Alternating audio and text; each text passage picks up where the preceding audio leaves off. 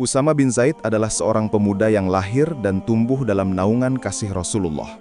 Ayahnya, Zaid bin Harithah, adalah sahabat yang sangat dicintai Nabi, dan Usamah turut mewarisi kecintaan dan kedekatan itu.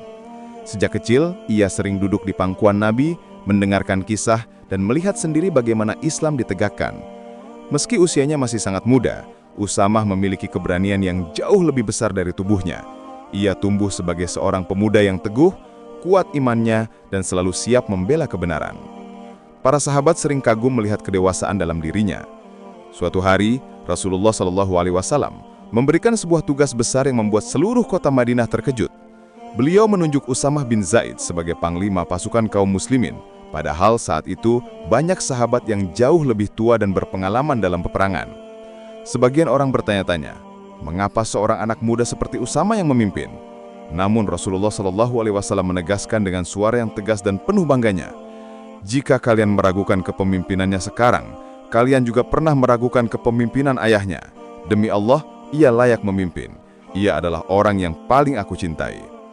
Setelah mendengar sabda itu, seluruh pasukan tunduk dan menghormati Usamah. Ia memimpin pasukan besar menuju wilayah Syam, sebuah medan perang penting untuk membela umat Islam. Di sepanjang perjalanan, ia menunjukkan ketegasan, kebijaksanaan dan keberanian yang membuat prajuritnya semakin hormat padanya. Usamah bukan hanya pemberani, tapi juga berhati lembut. Sebelum menyerang sebuah wilayah, ia selalu memperingatkan penduduknya terlebih dahulu untuk menghindari pertumpahan darah. Ia memerintahkan pasukannya agar tidak menyakiti wanita, anak-anak, ataupun orang tua. Itulah akhlak yang ia warisi dari Rasulullah SAW. Ketika Rasulullah SAW wafat, Usamah sempat merasa sangat terpukul.